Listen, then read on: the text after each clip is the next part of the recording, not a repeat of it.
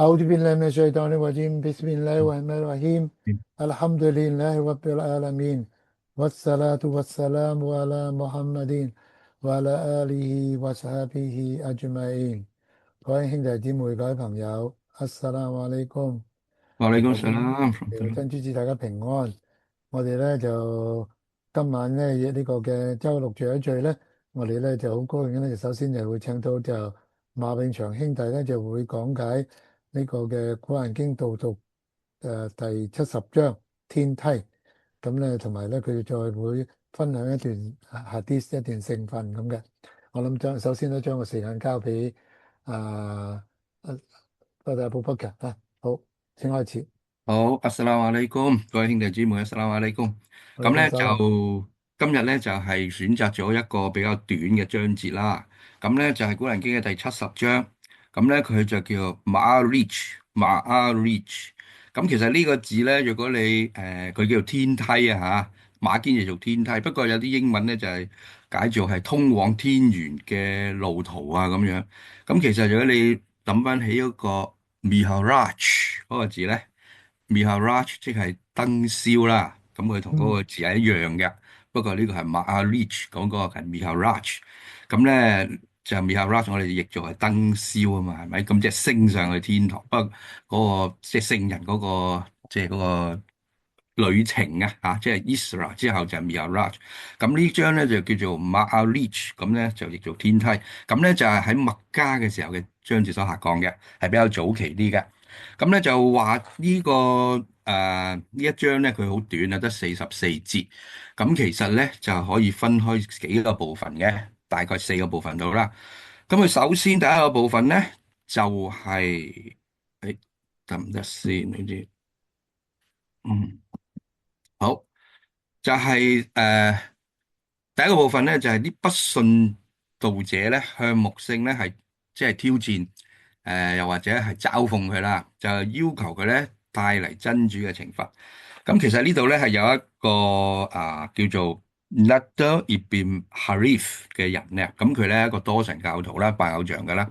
咁佢咧就聯同其他人，即係唔係佢一個嘅嚇，咁啊聯同其他一伙人咧，就走去木星嗰度，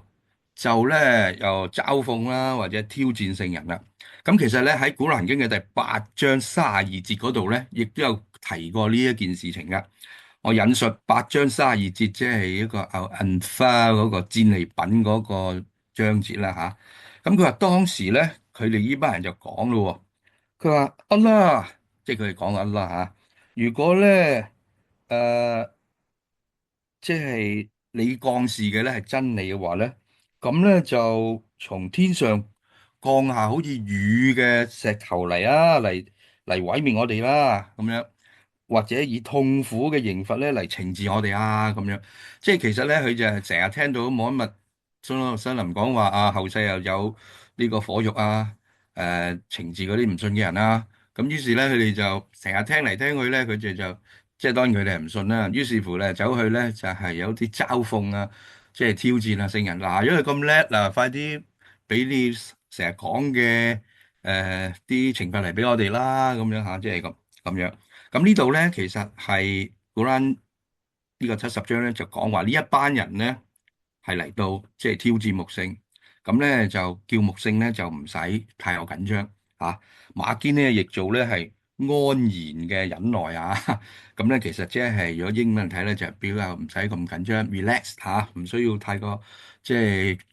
即係好專注佢哋呢啲咁樣嘅即係言語上嘅挑釁嘅行為啊咁樣樣嘅。咁呢個咧就第一個部分就係講到咧嗰啲唔信嘅人係有一班人，咁咧就去即係話，唉，木星你成日話有後世嘅懲罰，而家就攞嚟俾我哋睇下，懲罰我哋啦。如果係嘅話，而家落啲雨啊，好似石仔嘅雨嚟揼落我哋嗰度啦，懲罰我哋啦咁樣嘅。咁阿拉就叫聖人咧唔使太緊張啊，忍耐，呢個叫忍耐。好啦，咁第二個段落咧就係話復活日咧必定發生啊。佢係好嚴酷同埋恐怖咧，亦都係確定係無疑嘅。咁咧呢度咧亦都講到咧，就係當日啊，即係話喺審判即係後世嘅時候咧，即係世界末日啦吓。天咧就話就好似咧銅熔咁樣啊，即係馬經譯做銅熔，就喺度 burning 緊樣，就有啲銅咧喺度燒緊，咁啊所以咧就會見到紅色嘅天好似火，咁啊喺度燃燒緊嘅吓，咁而嗰啲山咧，山本來係好實淨噶嘛，好硬淨噶嘛，係咪？咁但係咧都好似係啲絨毛咁樣，或者有啲毛咁樣，好好呢個輕巧啊，變成輕巧啊咁樣嘅。咁而當時咧，嗰啲兄弟親戚係相見不相問啊，馬堅亦做，即係大家見到咧就顧住諗住自己先啊。嗰啲邪惡嘅罪人咧，其實都係諗住點樣去贖罪嘅。咁佢哋咧就好願意咧用佢哋自己嘅兒女啊，或者伴侶啊，或者兄弟啊，或者係而家嘅親戚啊，咁有血緣關係嘅咧。嚟即係好似賣咗佢哋，若果能夠幫佢哋贖罪嘅話咧，佢哋都不即係不惜噶，即係唔會話慳住啊，唔會話覺得好可惜啊咁樣樣嘅。咁咧，但係咧呢啲都係冇用噶啊。跟住咧就係講到咧烈焰咧就好似火咁，火即係烈焰啦，就燒嗰啲人嘅頭皮嘅皮膚啊咁樣樣。咁呢度咧亦都係講到咧係即係。古蘭描述咗呢一個嘅情景啊，咁咧亦都係人咧，亦都講到當時嗰啲人咧嚇，佢哋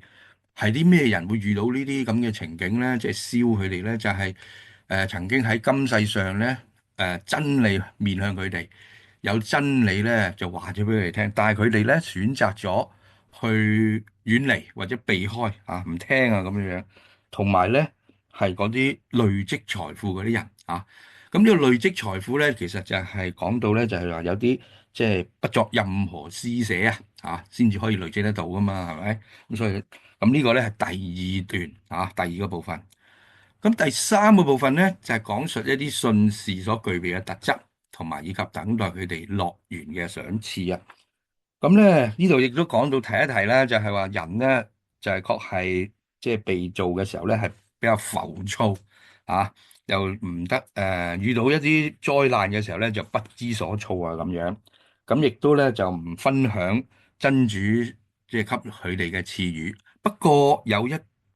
部分嘅人咧就例外啦。喺呢度咧就講到話，只有禮拜嘅人咧就唔係咁樣喎。呢度係特別講明咧禮拜嘅。啊，就唔係咁樣。咁呢啲人咧，即係禮拜嘅人咧，信士啦。咁佢哋有啲咩特質咧？咁呢度咧闡述咗幾點嘅。咁啊，大家即係留意一下，即係常守拜功，即係咧唔會係中意嘅一陣又理，一陣又唔理咁樣，係常守堅守啊。即係對於拜功咧係好堅持嘅。咁咧，陣我哋就會講下任何嘅功課咧，都係即係伊斯蘭嘅重要嘅功課咧，都係喺接表天使咧。係啟示俾聖人嘅，咁通過古蘭，咁唯獨是禮拜咧，就係喺 Isra 同埋 Mi'raj 嗰度嚇，所以呢個章咧就叫做 Ma'arij，咁即係天梯，咁亦都係特別叮明咧，講到禮拜呢個係重要嘅嚇，咁咧就除咗係禮拜之外咧，亦都講到咧佢哋嘅部分嘅財產咧，就係施祭俾呢個兩類嘅人啊嚇，呢度係特別講明咧係乞丐同埋貧民嘅，古蘭係兩類嘅人啊。咁咧就呢啲禮拜嘅人，除咗禮拜之外咧，就將部分嘅財產咧係施祭俾嗰啲乞丐同埋貧民，同埋咧佢哋係敬畏真主嘅刑罰啊，就唔係當真主嘅刑罰咧係開下玩笑啊，或者都好似好輕鬆嘅啫咁樣啊，係敬畏真主刑罰，同埋咧係保持呢個貞潔嘅啊。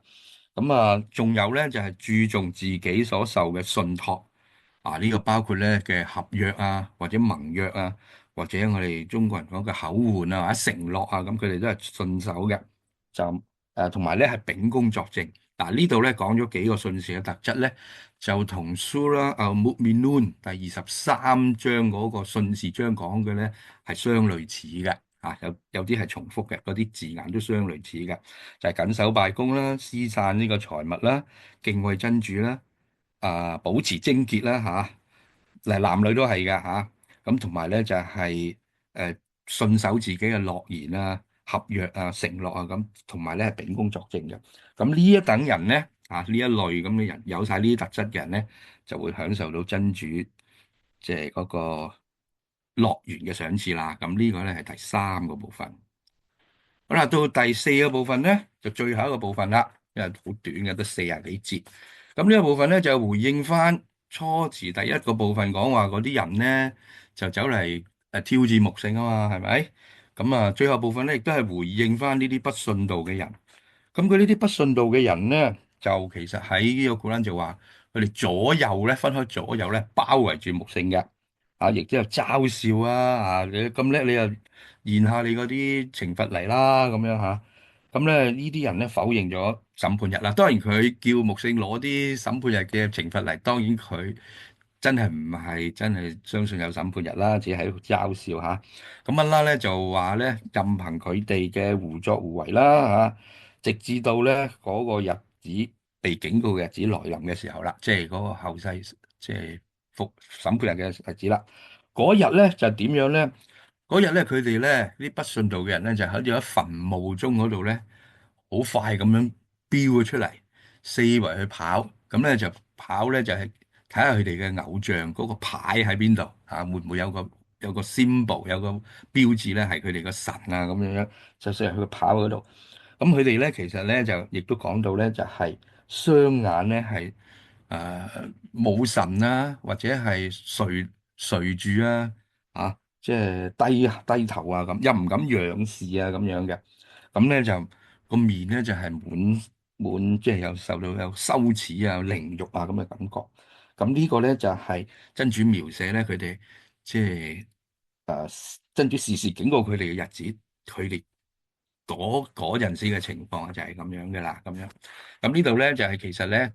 總括咗四段咧，咁其實就亦都講咗後世審判日的確來臨啦，嗰個恐怖嘅情況啦，信士們咧係唔怕嘅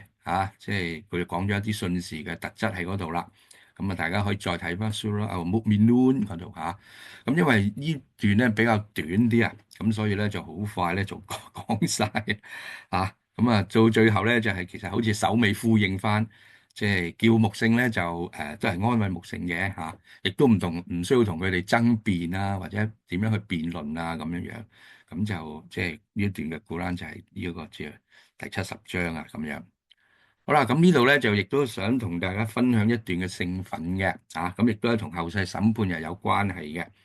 咁呢段咧喺布哈里同埋Muslim 嘅聖訓集咧都揾到嘅。咁可能有啲翻譯上啦，或者係有啲英文、中文嘅有啲嘅唔同咁但係嗰個意思咧都係咁一樣嘅。其實喺呢度咧佢講到咧就係話喺最後嘅審判日咧，咁當然就係冇任何遮擋嘅情況底下咧，就好熱啦咁啦。有7種人咧就係受到安拉嘅庇蔭喎呢個安拉嘅庇蔭或者係即係好似有棵樹咁樣清涼啲啦，冇咁熱啦，冇咁辛苦啊咁。咁邊7種人咧？咁呢度嘅7種人咧就係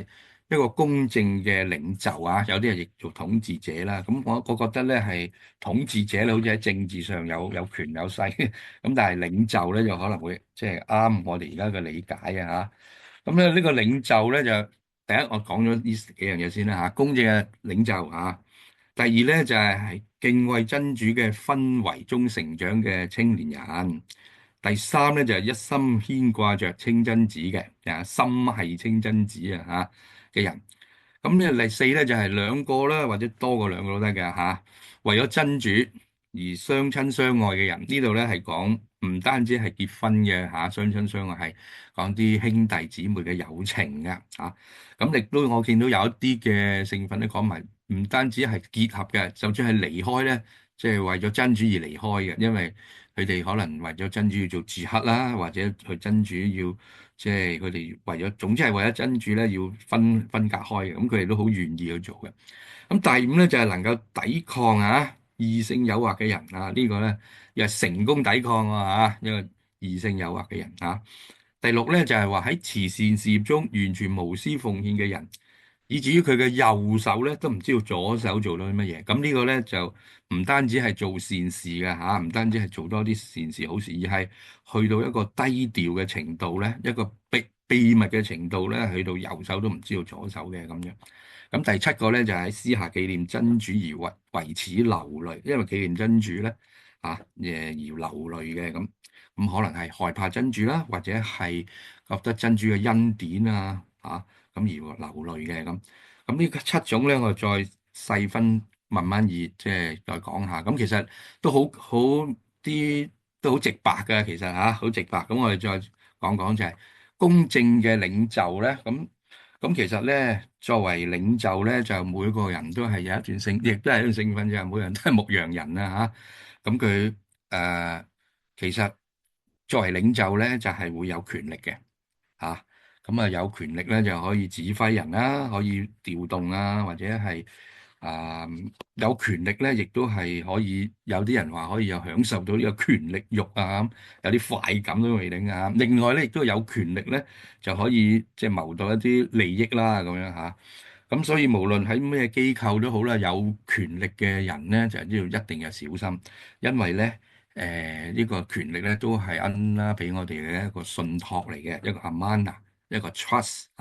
咁所以我哋有權力嘅咧話咧就係要行使咧公正唔好話偏私啦，唔好話謀私啦，咁最緊要都係公正。最近咧有啲新聞咧都睇到嘅，可能話早一前咧有啲嘅好似幼稚園嘅家長咁佢哋想佢哋嗰個小朋友咧入讀一啲佢中意嘅幼稚園咧，係賄賂咗一啲可以話得事嘅幼稚園嗰啲辦事人啦咁後來揭發咗出嚟啦係咪？咁係點樣咧？咁好似嗰個官好似就話監禁係不能避免㗎啦咁咧就呢個係另外又最近又睇到有啲想入讀啲碩士嘅課程，咁又賄賂咗一啲人咧，就即係唔合格嘅，應該讀唔到碩士班嘅，又想俾佢讀碩士班咁又揭發咗出嚟咁呢個咧其實都係以權謀私咁所以咧就係要留意呢一樣嘢啦。咁我哋無論係統治者又好，或者領袖又好，或者喺一個機構裏邊話得事嘅一個小小嘅話得事嘅人都好啦，都可能會有呢啲咁樣嘅或者引誘都未定所以我哋一定要知道咧，公正係緊要。譬如喺《古蘭經》嘅第16章90節咧，成日喺你主馬嘅時候咧，去到最後咧，啲姨媽都有講嘅，真主的確咧命人咧公平嘅要公平嘅。行善施濟親戚咁樣一路嗰度講嘅，第16章90節嗰度嘅。好啦，第二個咧就係喺敬畏真主嘅氛圍中成長嘅青年咁樣咁呢個就其實係對於我哋作為家長呢一個好大嘅警醒佢提醒我哋咧，我哋嘅年青一代嘅都係我哋即係下一代咧，要呢一種人咧，呢一類人咧，可以喺後世裏得到呢個庇蔭啦。咁但係我哋都要形成一個自己對真主敬畏呢一個氛圍。氛圍咧就唔係一兩個人可以做得到出嚟嘅，而係靠大眾形成。咁同埋咧環境係好緊要嘅。大家唔知仲記唔記得有一段嘅 hadith 咧，話有一個人咧就係作奸犯科啦咁就殺咗99個人。咁佢仲有冇得救咧？跟住問埋最後一個學者，個學者話冇得救噶啦，於是殺埋佢，殺到100個咁樣咁佢殺夠咗100個之後咧，就再去揾另外一個學者，個學者就話：有得救，有得救。最主要嘅原因咧，就係因為你呢個城市咧，我哋呢個殺人如麻嘅一個人咧，佢就係一個罪惡嘅氛圍嗰度。佢話你要離開呢個城市即係或者呢個地方啦，要去一個比較好啲嘅。即係好呢個地方咁樣，咁所以咧，我哋製造呢個敬畏真主嘅氛圍咧，其實係我哋嘅責任嚟㗎好似咁咧。另外有啲嘅hadith都咁講啦，就係作奸犯科嘅人咧，唔係一朝一夕㗎嘛。我哋做錯一件事嘅時候咧，嗰個心咧就有一啲嘅黑點喺嗰度。咁做完一件事，如果我哋好快去偷吧即係向真主懺悔嘅，Astaghfirullah咁咧，希望嗰個黑點咧拆咗佢。但係如果我哋冇咁做嘅話咧，做一件又做二件，做第三件咧，嗰個心咧嗰個黑點咧就越嚟越多咁越嚟越多咧，就成個心咧都黑咗，黑咗之後咧就係一個即係硬咗或者生咗銹嘅心啦咁樣。咁亦都有 hadith 講話一個我哋成個人嘅身體最重要嘅器官咧就係個心嗰度咁呢個咧就要我提醒我哋咧，就係要營造一個好嘅敬畏真主嘅氛圍。好啦，第三咧就係一心牽掛住清真寺嘅人，咁呢個好簡單啦嚇。咁好可惜我哋而家去清真寺或者我哋清真寺實在係唔係好多嚇，即係一兩個三幾個點咁樣。咁我哋嘅住咧就係離遠咗清真寺好多。咁唔緊要，呢度咧佢話心係清真寺啊嚇，掛住清真寺。咁其實清真寺咧簡單嚟講就唔係話掛住佢嗰個餐廳啦嚇，唔係掛住，而係咧掛住一個 masjid 係一個叩頭嘅地方嚇，去崇拜真主。咁當然個清真寺個地方除咗係崇拜之外咧，亦都係學習嘅地方嚟嘅嚇。咁穆斯林嘅即係一個社群嘅中心點嚟嘅，敬畏真主嘅地方嚟，讓我哋去敬畏真主嘅咁。我哋睇下，盡量咧就係掛住清真寺啊嚇。好啦，呢個咧就係兩個為咗真主而相親相愛嘅人咁樣咧。呢度咧就其實係講唔單止係男女啊嚇，而係即係有個兄弟姊妹嘅友情啊，brotherhood、sisterhood 啊，即係喺聖人嘅時代咧，就係嗰啲 Ansar，即係嗰啲富士同嗰啲 Muhajirun，即係嗰啲遷士由麥加遷徙過嚟。喺麥加遷徙過嚟嘅人咧，即係身無分文啦，財產又冇，即係屋就梗係帶唔到過嚟啦嚇。咁另外錢都冇啦咁，但係咧就係因為嗰啲 Ansar，因為佢哋係為着真主而即係將嗰啲財產同佢哋分享咁樣嘅，咁幫助嗰啲即係到我而家現代術語嚟講咧，就係嗰啲新移民啦就幫咗嗰啲新移民啦，因為啲移民咧乜都冇咁樣乜都冇帶嚟咁樣。咁呢個第四。第五咧就係能夠抵抗呢個異性誘惑啦。呢個咧就係其實係男女嘅即係誘惑都同樣一樣不過呢度咧就講男即係有個男性或者女性都好啦，咁就被對方誘惑嘅時候咧，就係話我哋係敬畏安拉嘅，我哋害怕真主嘅能夠成功咁樣抵抗呢啲誘惑嘅呢啲人咧，就喺後世裏邊都得到安拉嘅庇蔭啦。咁呢度有一個好Yusuf 聖人啦Yusuf 聖人嘅時候受到一啲異性嘅誘惑同埋係佢個主人個太太嚟嘅喎即係佢即係有權有勢嘅喎咁但係 Yusuf 聖人咧都係寧願坐監啦都唔屈服嘅咁樣好，咁第六咧就係喺慈善事業中完全無私奉獻嘅人咁但係其實個重點咧就係應該係低調到咧右手都唔知道左手俾咗乜嘢咁樣咁呢度當然就係絕對係唔應該係沽名釣譽啦。咁就最重要都係為咗阿拉嘅啫只係為阿拉，所以咧去到低調到右手都唔知道左手咁呢個就係如果我哋去做我哋嘅 Sadaqah，我哋施天課或者我哋做其他任何嘅善事嘅時候，都留意下呢一點啦，睇下可唔可以去到呢一個境界啦好啦，第七咧就係最後啦，喺私底下紀念真主，並為此而流淚嘅人咁樣咁咧就呢度就講到呢度為止啦。咁就多謝大家，Assalamualaikum。哇！你講晒啦，好多謝巴達布克嘅分享歡迎訂閱我哋嘅頻道啟思傳媒，記得留言、讚好同埋分享俾身邊嘅朋友。